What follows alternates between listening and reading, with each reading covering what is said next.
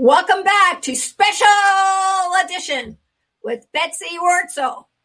Grieving, painful paperwork. So, good morning. How are you today? Good. How are you doing? I'm doing well. For those people who want to see the program, go to youtube.com/PWR network _PW Talk Radio or facebook.com/Lillian Caldwell 35. You can be involved with putting in comments and asking questions. If you don't want to go that route, go over to https:// PassionateWorldTalkRadio.com. Menu right hand side of the page, scroll down and look for PWR Talk Live Player. Everything that you see on YouTube will appear on that player. The only thing is you won't be able to interact with Betsy. And we are now having a chef's table inside the studio with Betsy.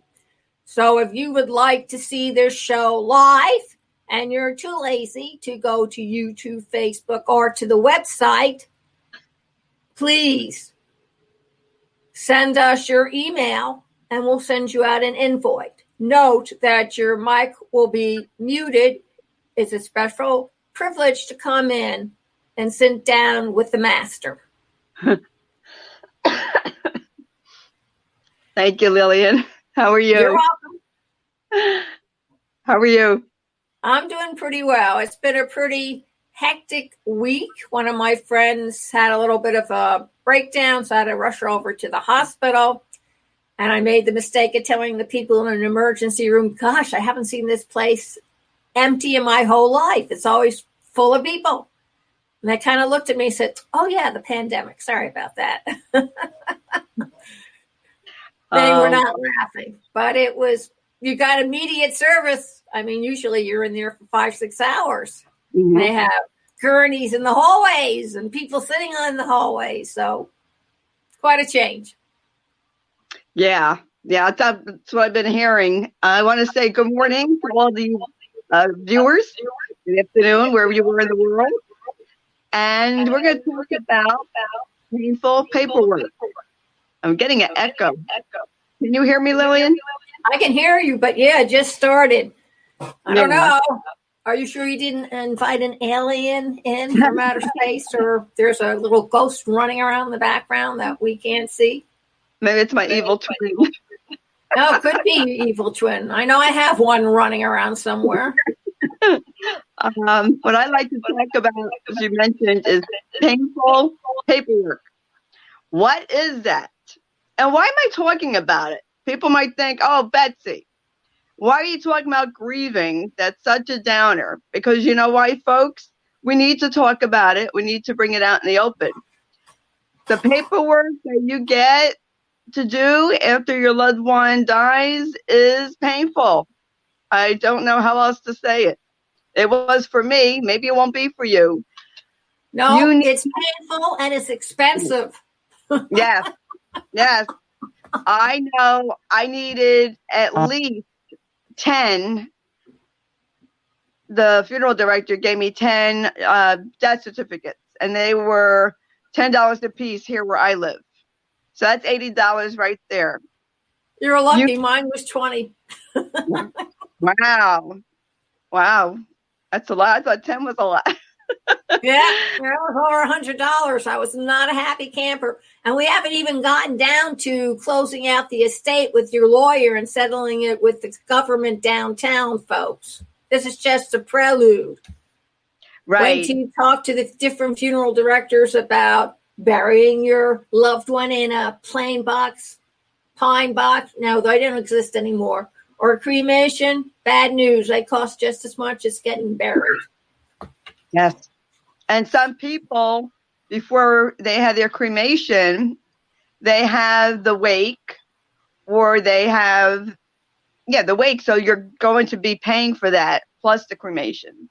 It's expensive either Absolutely. way. And and if you want a biodegradable box, so the ashes in the box biodegrade together, that little box, which is yay by yay, $400. And you're going to go, what? Because if you don't get the biodegradable box, you have nothing left in the box except air, because the ashes eventually turn to their natural state.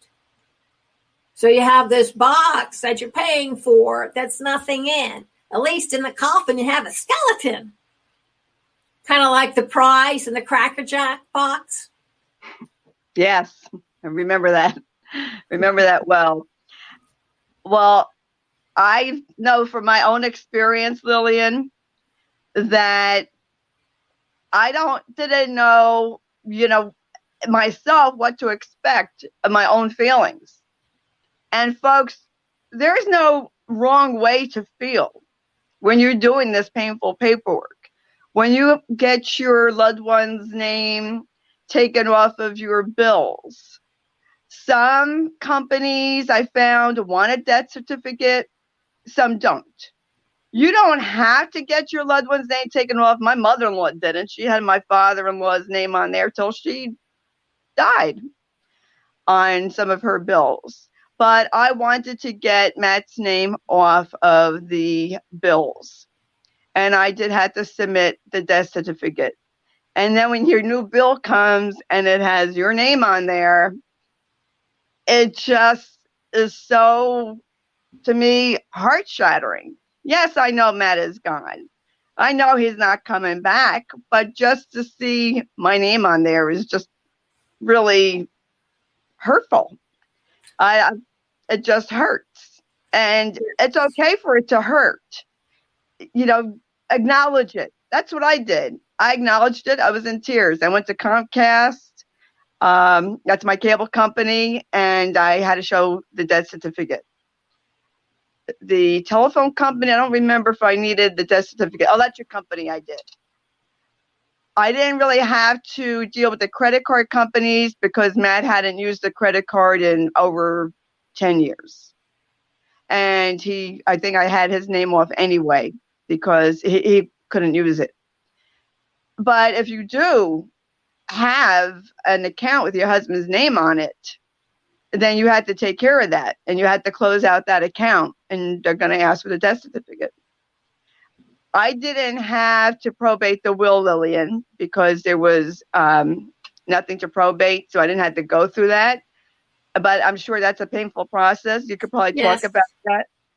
Yes, and I'll tell you something else. When you report in to the different places about your dead spouse, whether man or woman, they're going to say, oh, I'm so sorry for your loss. Mm-hmm. And I just found that saying, me too, put everybody at peace very quickly so that they can move on to the reason of your phone call. Otherwise, what happens is your emotions take over. And that's the last thing you want to happen. And the other thing is some companies don't have policies in place yet of how to deal with the fact that if your husband or wife set up that particular account, whether it's insurance or investments or whatever, they don't have any paperwork simply to help you out because they never thought about people dying on them. So then you have to go through the process of not only proving that your spouse had an account with them, but you knew about it. And it's your painful duty to close it out. And it gets more and more painful as you go through the various transactions to remove your deceased husband or your deceased wife's name. If both of you are owners of the house, you have to clear that up.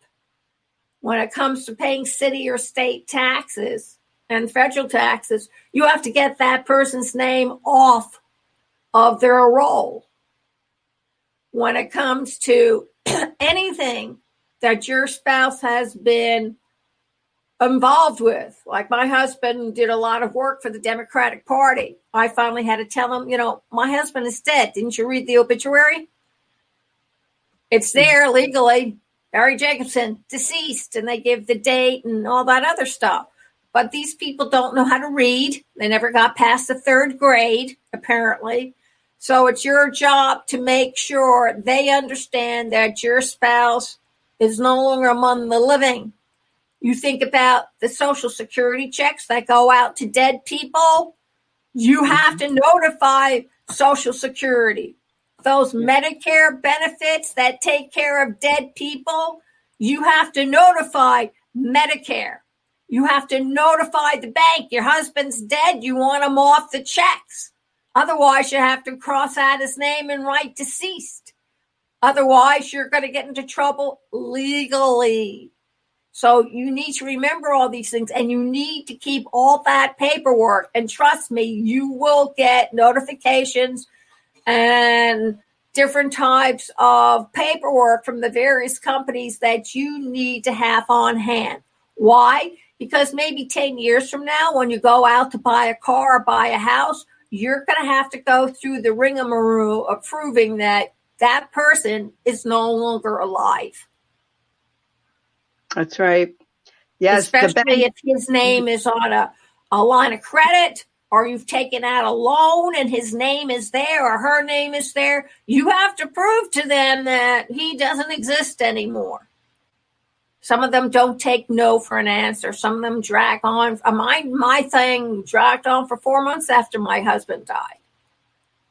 And I always gave you're not going to cry today. You come home, you can cry. When you're out in public, you can dab at your eyes, but don't cry. Because the problem is once you start crying, you won't be able to stop. And then you kind of self-perpetuate your tears because you're thinking of this overwhelm that nobody ever taught you. Nobody ever took you to side and say, this is what happens when somebody you're married to dies. And listen up, folks, if you're common law, after 7 years, you're considered legally married to that person. So if you're with them for 7 years and 1 day and they die the next day, you're still considered their spouse. And legally, you need to clear it up. Mm-hmm. That's why you guys need to get yourself prepared, especially during the pandemic now. Yes. I went to the bank, Lillian. I already had my own name on a checking account because I was Matt's representative payee for the Social Security. But then we had a joint account. I waited until my last checks were done. And I had already submitted the paperwork to the bank. You need a death certificate. You need a death certificate when you call for your life insurance. And let me tell you, that had to be one of the worst calls to call up that life insurance. It's a nightmare. Oh, and, yes. And before I forget, there's one other thing that I was going to mention, and then it just kind of flew out of my head. Okay, it'll come back. Yes, calling up. Social Security. Yes. Notifying them immediately. And you're going to say, why? And I'll tell you why. Because when your spouse dies, they take your 2 Social Securities and they kind of mush them together, and then they take the lesser amount because that other person is dead. Be careful when you notify them. Otherwise, you will get a note such as you owe us X amount of money, and you won't get your Social Security until you pay them. And be very careful, because I'm not talking about $25 or $30. That's right. They'll say they overpaid you with both you and your spouse's Social Security, and you owe a larger amount. So I had to pay them back over $2,000. So be very careful with Social Security, because they'll get you. And the same thing with taxes. Be very careful. If you need to for that year, get yourself a CPA to handle your personal taxes for the year. Yes. Because some of this stuff you can write off. And if you were in hospice, or they're in a dementia ward, or they had special nursing, all of that you can take off. But you're not going to know it. So spend the extra money for a CPA for 1 year to do your taxes, because it will make a difference. That's a good point, Lillian. Social Security, I happened, and I'm glad I did this I think it was November. I knew that Matt was getting worse, and I thought I would have to leave my job. So I wanted to apply for early Social Security because I was turning 62. And as it turned out, Matt died, so I didn't have to leave my job. But I kept my early retirement. What they did was they combined. I won't get Matt's full Social Security till I'm 67. But when someone dies during any time of the month, because Social Security is a month ahead. So say, for instance, Matt died January 1st. That was his gift to me. I really believe that. If he would have died December 31st, I would have had to give him back all of Matt's Social Security for that month. Exactly. And people don't understand that. So listen up, because if you're on a monthly budget, that can really, excuse the word, screw you up royally. Yes. Yes. And a lot of people do not know this. Now, talking about United States, where we get Social Security. I don't know how it is in other countries or the foreign system. I just know about America. You have to report it immediately because, as Lillian said, they will let you know that you owe them money. And they will put a stop to your Social Security check. Thankfully, I didn't have that problem. I went down to Social Security and I talked to the guy there and he helped me out. If you have children, they will get a death benefit. They will get Social Security from their father, depending how old they are. Because my son is disabled and he was already on SSD, Josh was able to get an increase because of his father's death. So keep that in mind when you go down to Social Security. I also found out, Lillian, because Matt died on January 1st and only lived, 6 hours, I could claim that for 2020. However, 2021, I will be considered single head of household and I get charged at a higher tax rate. Well, I get you coming and going, but I'm really serious about, my husband died in September, but he was in 3 months worth of special care, $14,000 a month. Wow. And as a result, my CPA applied that, of course, for 2019 taxes.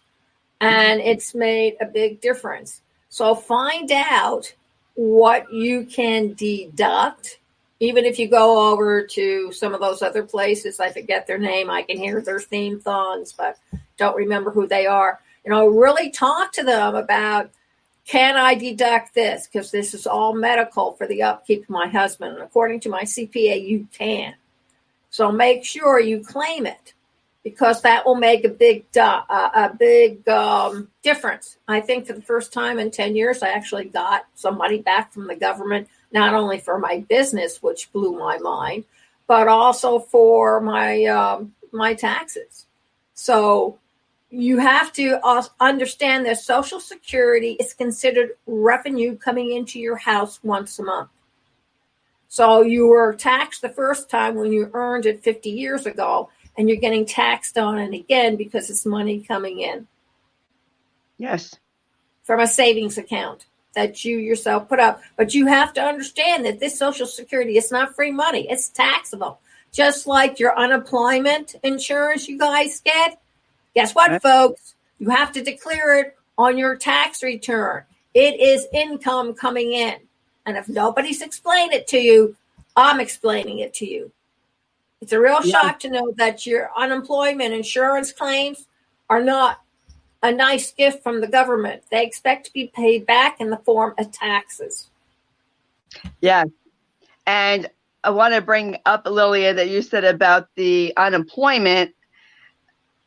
I'm on unemployment right now, so I know I'm getting taxes taken out, but that extra $600 a week that we were giving, They didn't take taxes out of that. Guess what, folks?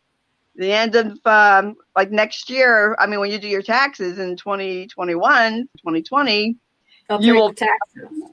You'll be taxed on it. Yes. And if you're on the Affordable Health Care Act, such as me, you might end up owing. If I highly suggest that if you're on the Affordable Health Care Act, I report everything. I don't want to get screwed come tax time, because when you do your taxes, it's right there that you owe the Affordable Health Care Act money. They'll take it right there. They don't mess around. So keep that in mind for your taxes, because people are going to be shocked. Somebody at work said, "Oh no, that's not taxable." I said, "Yes, it is taxable." I asked my accountant. It is taxable. They're just not taking supplement check they got from the U.S. government for helping us out, folks. It's taxable. They're going to take it out come when you file for your taxes for 2020. Don't kid yourself. There's no such thing as a free lunch. Ever. And another type of painful paperwork, it was, for me, painful calling up Matt's employer and finding out about, asking about the life insurance that he had at work. He had a life, it's called a benefit, which is not insurance. It's just a one-time benefit, which I get taxed on, considered income. Your life insurance is not considered income. You won't be taxed on that, from what my accountant told me. And then I found out that Matt had another death insurance, a life insurance from work, which I didn't even know about. So that was nice to know, sort of. I have a sick sense of humor at this point. We all do. When you go through a death of a spouse, and you've been married to them for a long time, develop a sense of humor, as sick as you want to. It's very interesting. People do understand, but only you can make the off-color jokes. Anybody else, and they're putting themselves in life's danger. But you can make it because you had somebody die on you, and you're already disturbed by their death. So what's a little more disturbance? Right. Of course, their sense of appreciation lessens the longer the person's dead. But people know with me, they never know what I'm going to say anyway. So they kind of stand there with an umbrella half open. But hey, I tell them I paid my dues. I don't have to worry. That's right. And humor is what helped me get through. Yes. Definitely. I mean, you laugh as you're crying at the same time. Another painful paperwork is if you are going to have a plot in the cemetery, you have to call them up. And then that's paperwork, writing out that check. With painful to the cemetery and to the funeral home. Also, when you go pick out a headstone or plaque, I happen to have a plaque, you can't even, the only way I could describe it, Lillian, is that it was surreal. You need to remember that it's a neighborhood of dead people. And like all good, well-tended neighborhoods, there's a condominium association. And do's and don'ts and what you're allowed and what you're not allowed. And I had to find out first what I was allowed to put on my husband's 5x5 plot of land. And I had to pay for it. And then you have to pay for the maintenance of the dirt because they rearrange it for you. My husband died last September. That gravestone is not in the original position yet. Was it almost a year? And every time I go there, it's positioned differently. It's like somebody comes in and says, no, I don't like the way it's placed, so I'm going to place it this way. And I have yet to see it placed the way my grandson and I placed it a year ago. You have to be careful what you plant around it because there are rules about that. And flowers. So my grandkids finally gave up and used sticks, stones, and laminated paper. And the laminated paper disappeared, but the sticks and the stones managed to pass. You may be laughing at this, but cemeteries are a very big business. Yes. And they police them to make sure they're all conformists in that cemetery. And you pay for that. And you also have to do all the paperwork and hand it over. They won't let you put anything in that ground. And they have a little diagram as to where you can place it if you go the cremation route. You want to know how much it cost me to have Barry cremated and then put in his little biodegradable box? By the time everything was said and done, I paid $5,000. And that was inexpensive. I mean, that was the cheapest they had. Wow. Not to mention the $89 I paid for the granite stone. And if you want to know where it is, ask Google and they'll show you a variety of places. And they do nice work. But the fact of the matter is that you are going to have to face the fact that you're going to be put in prolonged spaces of time talking to people and signing papers. Yes. If you're the power of attorney, every paper you sign, you have to put POA or POI, power of attorney. POA, I was right the first time. You have to sign that on everything, or the person who's the power of attorney. Because if you're not the power of attorney, that wonderful, painful paperwork goes on to them, and you get to watch them suffer. The system is not set up to help a grieving widow or widower or child or relative. It's painful because they don't really know how to deal with illegal death in this country. People being murdered, people being killed, sliced, diced, they can handle. They have it down pat. But dying from natural causes, that's not so easy. And people haven't quite figured out what the proper way is to handle something when somebody dies. So like I said, make it easy for them. Oh, I'm really sorry about your loss. Me too. Doesn't leave them anywhere, so they move on. Right. I say thank you. I appreciate that. Or you could say, I used to say thank you, and then they would really go on. I'm going, oh my God. So I tried me too, and that just went. And they went on. They didn't know what to say after that. So they didn't know my husband. They're trying to be polite, but, offering their condolences are fine, and then move on. It's tough enough as it is. I don't need to dwell on the fact that, for better or for worse, he's dead, and I have to face the music. This wasn't supposed to happen. We were supposed to face eternity together, but that didn't happen. And if nothing else, try to be respectful of the spouse who's calling in, because they're going through hell. Yes. Yes, definitely. I mean, unless you potentially poisoned your husband or wife to get rid of them, and that's a different story altogether. But for the rest of us, it's a very painful time. Yes. I had to tell myself, you can't cry. You're going to work today. You can't cry. You leave your personal problems at the door. And when you walk into that business door, they don't care. I would find myself getting choked up a little bit when I called up the different companies. When I went to get Matt's plaque to order it, it was really just, okay, I can't believe I'm here doing this. That's just what I thought. I cannot believe I'm here doing this. But I did it. And I even had my own name on there with my birthday. They just have to fill out. All Josh will have to do is put the date of my death, the year. Right? I got a simple plaque. You're right, Lily, about the cemetery. I didn't know. I had to call up the cemetery. I put silk flowers. I figured, I didn't want to waste the money on real flowers. And they were there, and then they were there, and I took that out, and I put new ones on, and they disappeared.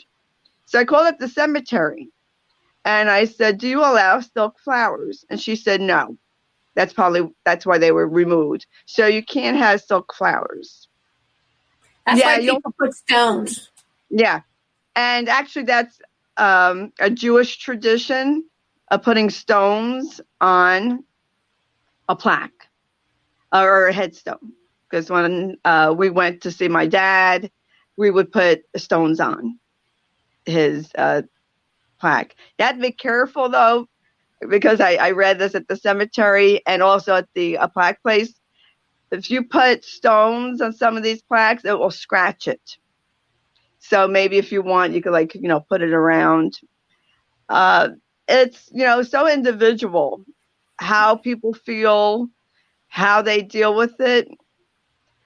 Yeah. Did I cry when I did the work? Yes.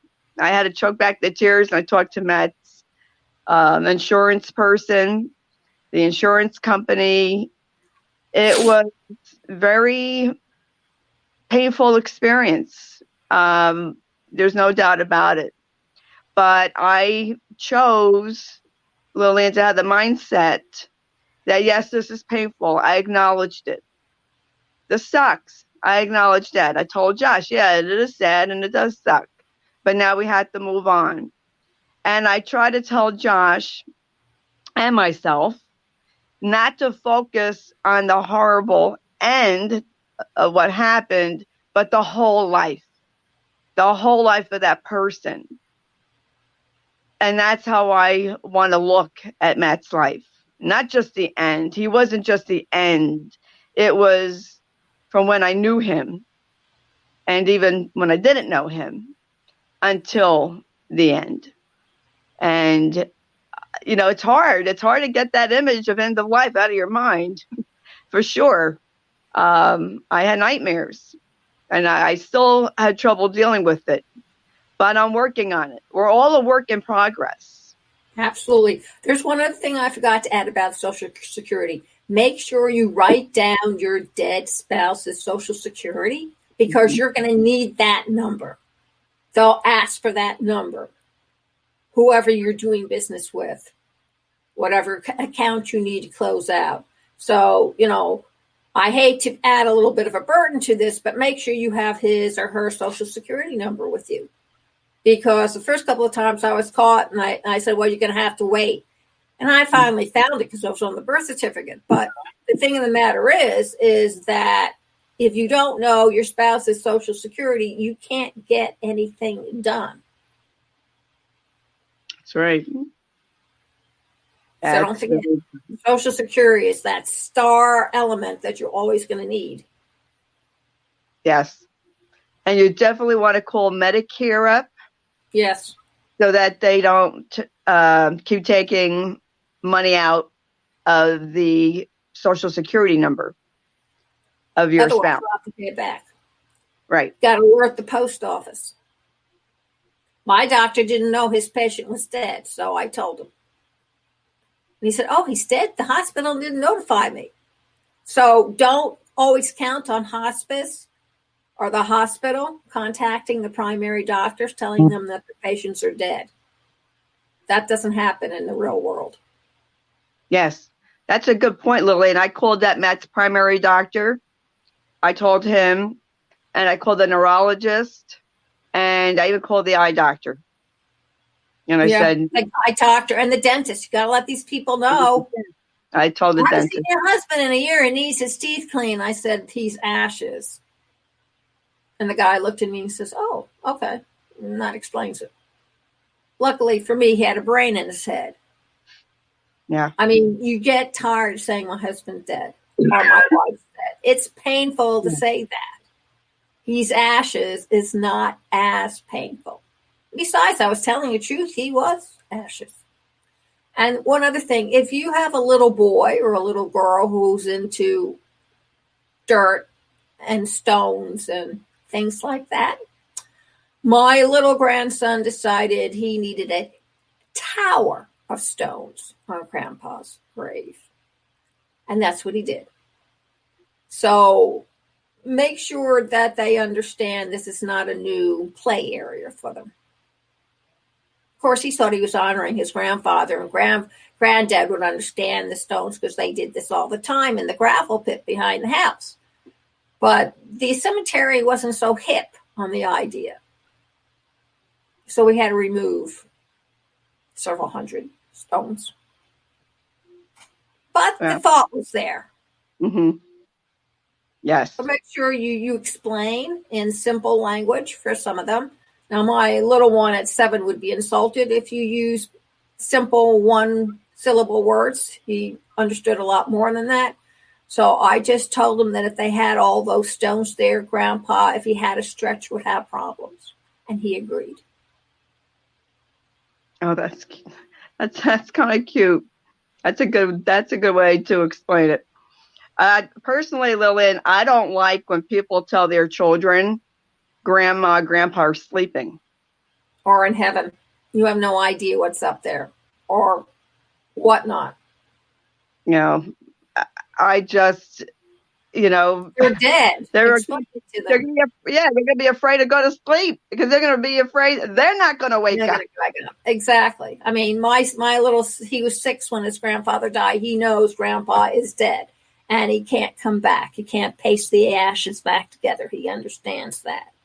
So but sometimes their understanding is limited, and you have to explain it in terms that they're going to understand. When he goes to bed, he has about 25 stuffed animals on his bed with him. I don't know where he finds room to stretch out because he's growing. But he understood the concept that if he has all those stones there, Grandpa, when he needed to stretch, wouldn't have enough room. He understood that because that's how his bed is.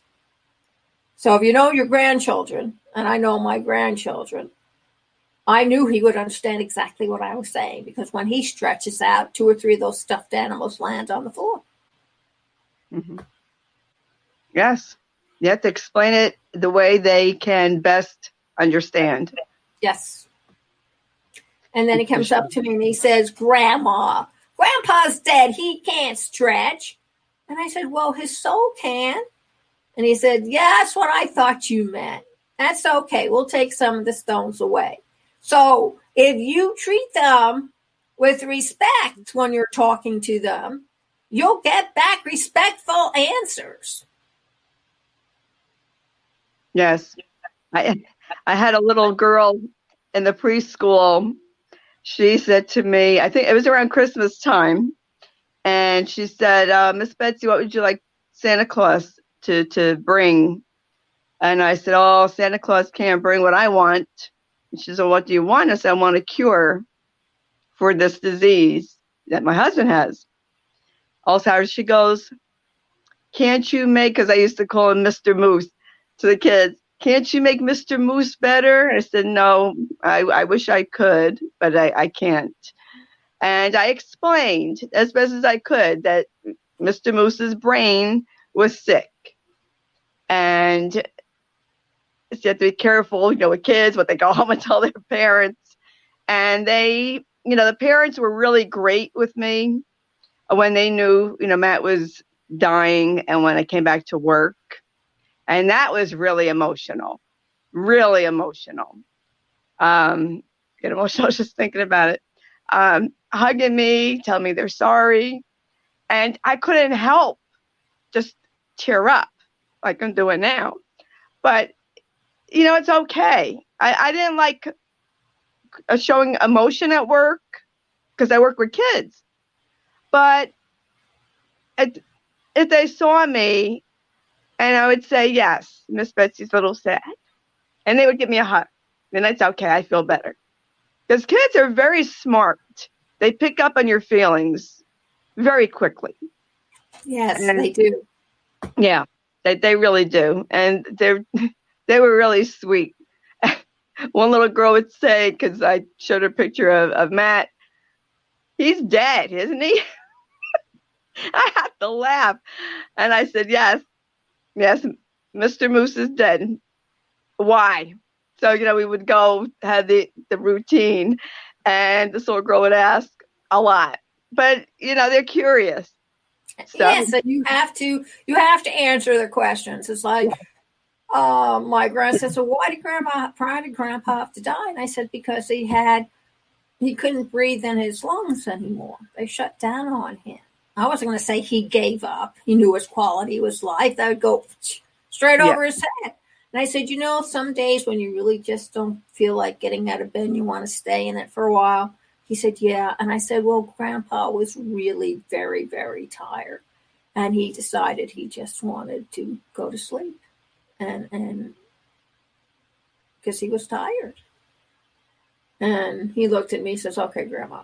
But what I was really thinking, folks, was, okay, Grandma, you can tell me this, but I know there's a lot here you're not saying. But I've been brought up the right way by Mommy and Daddy, so I am not going to probe. Mm-hmm. He may come back when he's 12 and say, so tell me, why did Grandpa really die?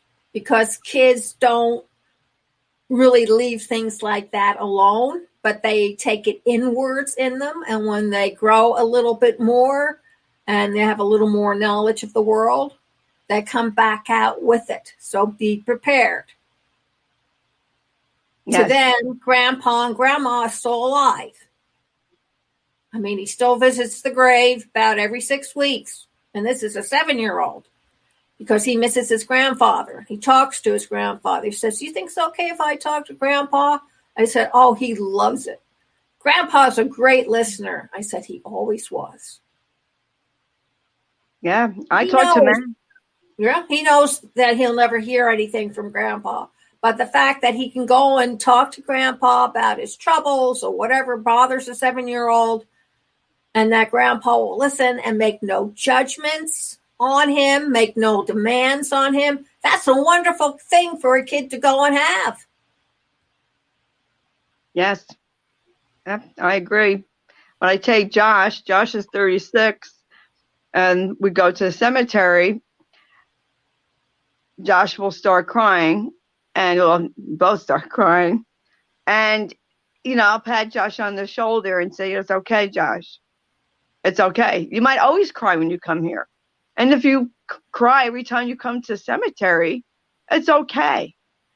And it's okay for you to feel how you want to feel. And I go, if you want me to go in the car, you could talk to your father. But he likes me there. But I just want to give him that option that he could have his own space. Yeah, it's important. Yes. And I could tell you, folks, I didn't know exactly when Mac's plaque was going to be at the cemetery because the monument place told me one thing and then the cemetery told me something else. Yeah. So I went. Everything they're in agreement with is those green things that you have to hand over and painful paperwork to go with it. Yeah. So in April, I think it was April 1st, and I was like, okay, where's Matt? And I looked down, and there was his plaque, which I wasn't expecting there because they told me it wasn't going to be until the end of May. Yeah. And it just hit me like a sledgehammer because I wasn't expecting it. Yes, I know that we all know that our loved ones are dead. They're gone. But to see it in writing on a plaque just finalizes the deal. I'll put it that way. And it just hit me so hard. Well, it's worse when they're cremated. I would go and take a look at the box, and that was the total essence of my husband, was this box filled with his ashes. It just blew my mind that this is all this is. There's nothing more. That's it. And you it's really horrifying. Yes. And I think I finally had broken down and let myself truly grieve, because in January, I felt like I couldn't in a way because I was trying to support Josh.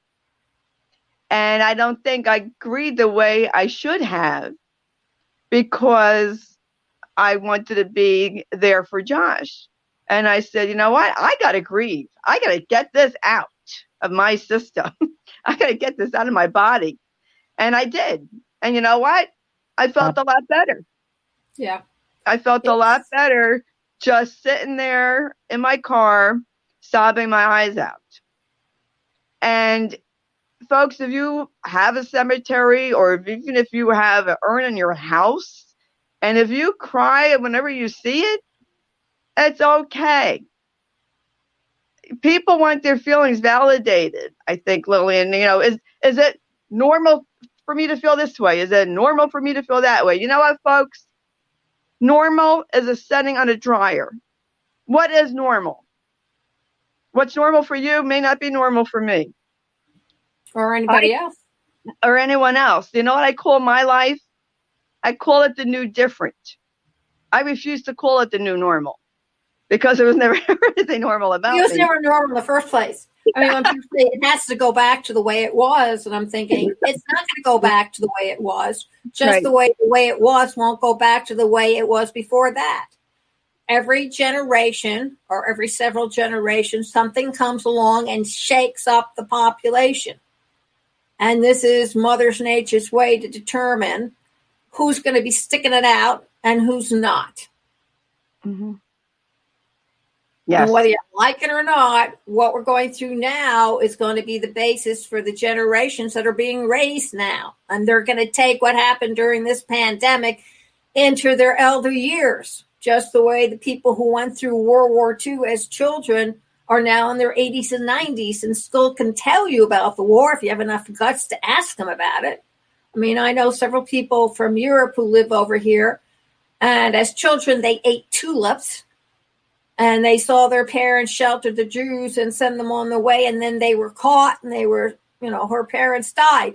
And this was all relevant and considered normal when it was happening to them. Mm-hmm.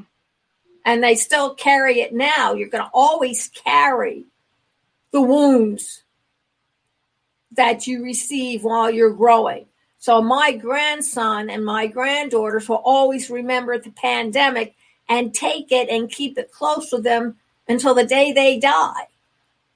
And they'll turn around and say to their children, this is what we did when this virus thing first started. And now we have a lot more viruses, but we finally figured out how to protect the population. That was then, and this is now. This is our normal. Nothing remains the same forever. There's always a constant flow, and it changes. Take a look at the ocean. See how much it damages does to the beaches with the tides and storms. That's right. The beach never remains the same. It's constantly changing. That's right. That's what's constant is change. And yes, it has to change. It can't remain the same. And if it does, you're going to pay a price for it. It's stagnant. Yes. So something has to give. Yes. We need to adapt. If you don't adapt to a new life, you're only going to make it harder and more stressful for yourself. And for your loved ones. Your loved ones. I told Josh, things will not be the same. Things are different now. We are now in a new, different life. We're in a new era. New era. And you have to adjust to it accordingly. And I think it's harder on our seniors because we're already alone to start out with. Mm-hmm. And our families are too busy with their own lives to come and see what we're doing with ours, or for whatever the reasons they want to give. And they themselves will be in the same position when they get older. They just don't realize it yet. Right. And that's the painful part of growing old. Yes, this pandemic was really hard for all ages, and I really felt bad for people that I met at the senior center because that was their only outlet. Yes. And a lot of them were alone, and now they couldn't even go out. Or have any activities. It's the activities at these places that kept them busy and involved. Yeah. And now they don't have it. Yes. It was hard on everybody. And also, Lillian, people who died during this pandemic, their loved ones couldn't grieve properly. They couldn't have the funeral. They couldn't have a wake. They couldn't sit shiva if you're Jewish. It was just not that closure. The rituals that we normally do, they didn't have that.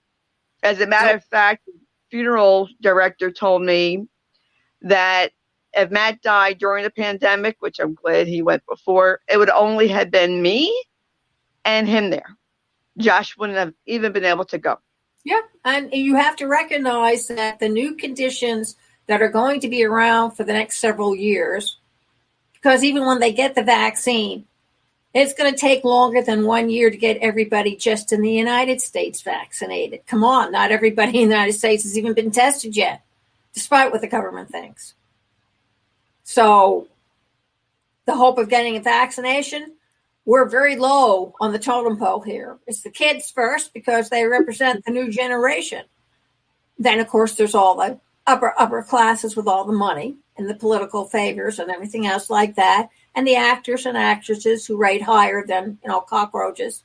We're on the very, very bottom. I think we rank below the rats and the cockroaches. So we have a long wait. And the only way to beat the odds, folks, and not have to endure some of the painful paperwork, is to keep yourself healthy, wear your mask, stay 6 feet apart, and understand that it could have been much worse. Just think about the bubonic plague you read about in school, or the flu epidemic in the early 1900s, or all the thousands of people who died because we didn't have vaccinations then, and the doctors didn't understand about germs and viruses, and all the people who died from tuberculosis, for example, or from yellow fever, for example. I mean, when the Europeans came over to the New World, they decimated the Native American Indians who had no natural defenses against the diseases, especially syphilis, that the French, Spanish, and English brought to the New World. So this is not anything new. It's been happening ever since history started being recorded. Some people didn't get it. A lot of people did. Depends how you want to look at it, why some people lived and others didn't. But the ones who did live managed to live because they did certain things. And now you're asked to be doing these certain things. Otherwise, next week we'll be talking about the additional painful paperwork one needs to do, because when someone dies, there's always a lot of paperwork, and it takes 4 or 5 months before you can clear it. And then you have to store it and keep it around for the next 10 years.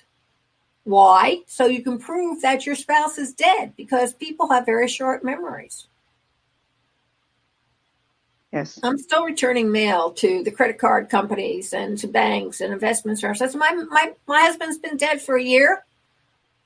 What's the problem here? The problem is when I receive it, I get upset. Yeah. It hurts. Yes. Oh, that's another thing, Lillian. If your husband or wife had IRAs, all different accounts, and even, we don't think of this, the digital world. What about the passwords? Can you get into their accounts? No, that's a nightmare.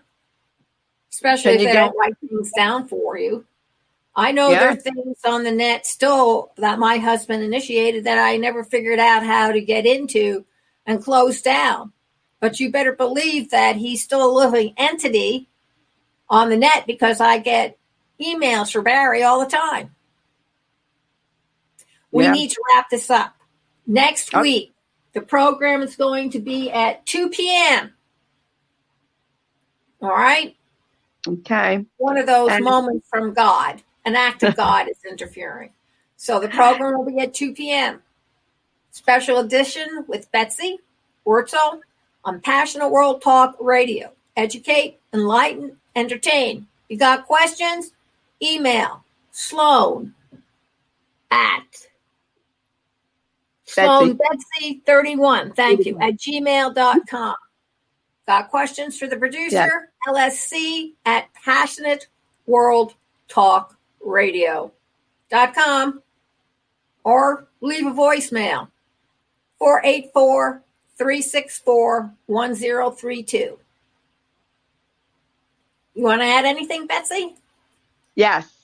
As always, I want to recommend professional counseling. Go to your senior center, call them up, call up places for help. There's no shame in asking for help. We all need help at some point. So please contact your mental health centers, your doctor, recommendations. There is help. There's resources out there. If you have any questions about it, you can send me an email. Thank you, everybody, for watching. And please share this show. Absolutely. And remember, the special edition chef's table. To be invited, you need to send us your email. Think about it. You'll be able to see the audience version and vision of Special Edition with Betsy Wurzel and producer Lillian Caldwell. Thank you for joining us. Have a great weekend. Thanks. Bye-bye.